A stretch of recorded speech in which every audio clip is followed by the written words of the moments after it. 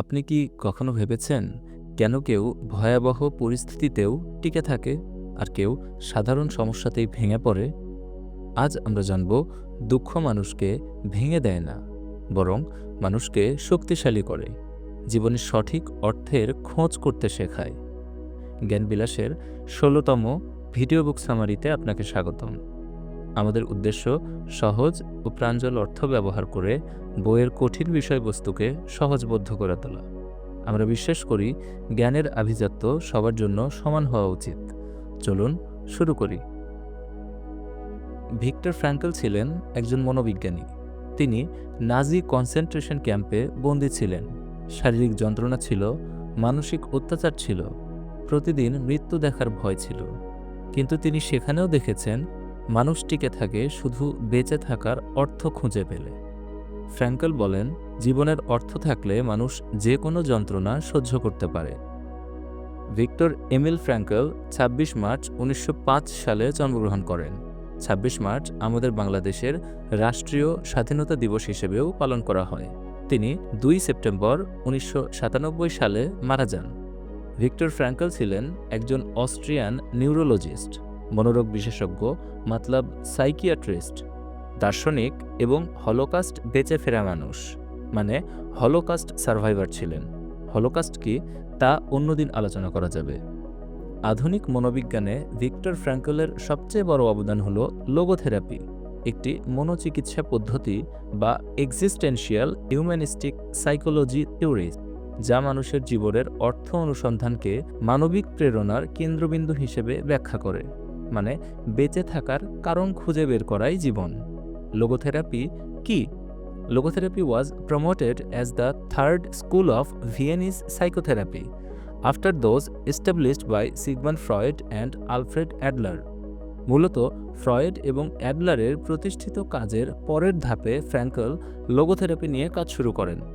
ভিয়েনিজ মনোচিকিৎসায় মতলব ভিয়েনিজ সাইকোলজির তৃতীয় ধারা হিসেবে লোগোথেরাপি পরিচিত হয়।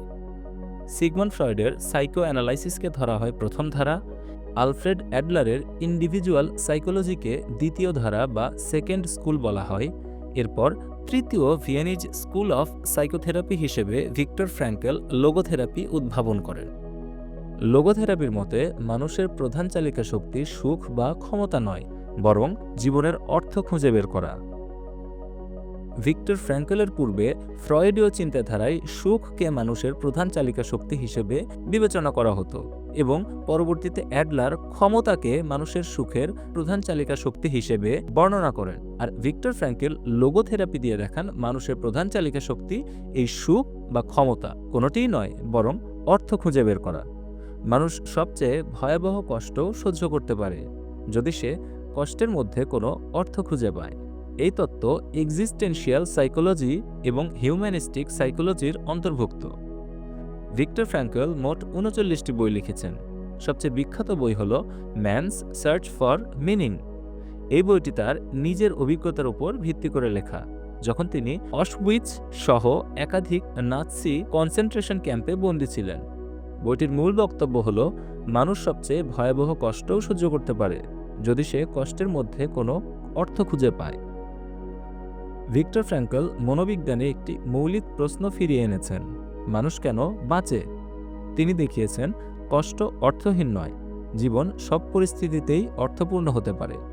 এমনকি চরম নিষ্ঠুরতার মধ্যেও মানুষের নৈতিক স্বাধীনতা থাকে। যে মানুষ নৈতিকভাবে স্বাধীন সে জীবনের অর্থ খুঁজে পায়। সংক্ষেপে বলা যায়, ফ্র্যাঙ্কল আমাদের শেখান মানুষ পরিস্থিতির শিকার নয়, মানুষ আসলে মিনিং বা অর্থের সন্ধানে। মানুষের জীবনের মিনিং বা অর্থের ৩টি উৎস বলেছেন ভিক্টর ফ্র্যাঙ্কল। ১ নম্বর, কর্মের মাধ্যমে আপনি যা করেন তার মানে খুঁজে পান। ২ নম্বর, ভালোবাসা ও সম্পর্কের মাধ্যমে, যেখানে মানুষ মানুষকে বোঝে, সঙ্গ দিয়ে টিকে থাকে।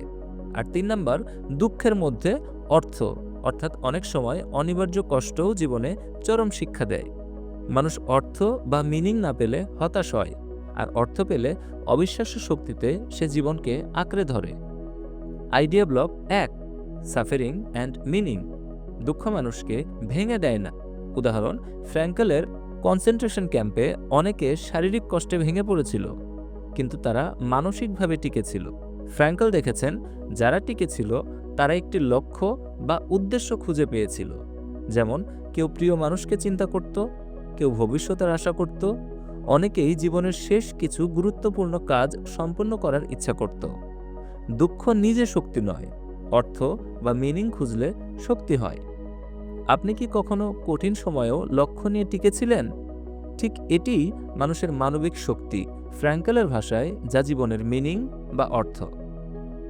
Idea block 2, freedom and responsibility. অন্তরের স্বাধীনতা কি? ফ্র্যাঙ্কল বলেন, যা আমাদের জীবনে কেড়ে নেওয়া যায় না সেটা আমাদের স্বাধীনতাও খর্ব করে না। আমাদের মনোভাব, দৃষ্টিভঙ্গি, মানসিক প্রতিক্রিয়া আমাদের হাতে। আমরা পরিস্থিতি পরিবর্তন করতে পারি না, কিন্তু আমাদের প্রতিক্রিয়া মতলব রিয়াকশন নির্বাচন করতে পারি। এই নির্বাচনই মানুষের সত্যিকারের স্বাধীনতা মতলব ফ্রিডম। শেষবার কখন আপনার নিয়ন্ত্রণ ছাড়া কিছু ঘটলেও আপনি নিজের মানসিক শান্তি বজায় রেখেছিলেন? সেটাই আপনার অভ্যন্তরীণ স্বাধীনতা বা inner freedom. Idea block 3, purpose and hope.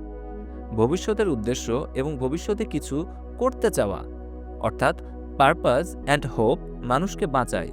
Frankl বলেন, প্রত্যেক দিন কিছু লক্ষ্য রাখুন, ছোট হলেও চেষ্টা অব্যাহত রাখুন। আশা এবং ছোট ছোট কাজই আপনার শক্তি হয়ে উঠবে। হলোকাস্টের সময় ক্যাম্পের বন্দীদের মধ্যে ফ্র্যাঙ্কল দেখেছেন যারা ভবিষ্যতে কিছু আশা রাখত তারা টিকে ছিল, আর যারা হার মেনে নিয়েছিল তারা পতনশীল হয়েছিল, ঝরে পড়ে গিয়েছিল অজান্তেই। একবার চিন্তা করুন, আপনিও একদিন ঝরে যাবেন, মরে যাবেন। মুসলমান হলে কবর দেয়া হবে, আর হিন্দু হলে পোড়ানো হবে। আমার আপনার মতো এমন crore crore, billion billion, trillion trillion মানুষ লক্ষ লক্ষ বছর ধরে এই দুনিয়াতে জন্ম নিয়েছেন, আবার মারা গেছেন। আমরাও এখন যারা বেঁচে আছি, হয়তো সামনের 100 বছর পরে তারাও আর কেউ বেঁচে থাকবো না, তাই নয় কি? Hard truth zone.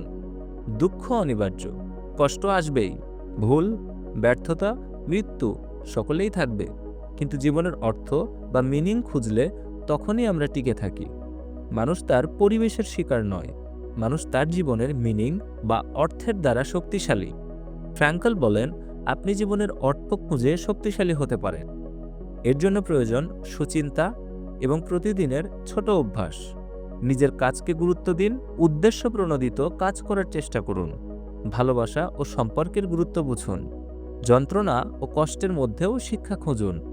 এটাই সত্যিকারের মানবিক শক্তি, যা জীবনে সফলভাবে বেঁচে থাকতে অনুপ্রেরিত করে। ভিক্টর ফ্র্যাঙ্কল সহজভাবে আমাদের শেখান, জীবনের অর্থ না খুঁজে পেলে আমরা ভেঙে পড়ি, জীবনের অর্থ খুঁজে পেলে আমরা তখন টিকে থাকি, আর তখনই দুঃখকে শক্তিতে রূপান্তর করতে পারি। সত্যিকারের আনন্দ আসে তখন যখন আমরা জীবনের লক্ষ্য এবং অর্থ খুঁজে পাই। যদি এই ভিডিওটি আপনাকে জীবনের অর্থ অনুসন্ধান করতে কিছুটা হলেও অনুপ্রেরিত করে, তাহলে লাইক দিন, সাবস্ক্রাইব করুন। পরবর্তী বইয়ের উন্নত মানের সামারি নিয়ে শীঘ্রই আমরা ফিরে আসব। আপনার পছন্দের কোনো বই থাকলে অনুগ্রহ করে কমেন্ট বক্সে জানাবেন, আমরা সেই বই নিয়ে কাজ করার চেষ্টা করব। জ্ঞানবিলাসের সাথে থাকুন, নিজের চিন্তাকে উন্নত করুন। ধন্যবাদ।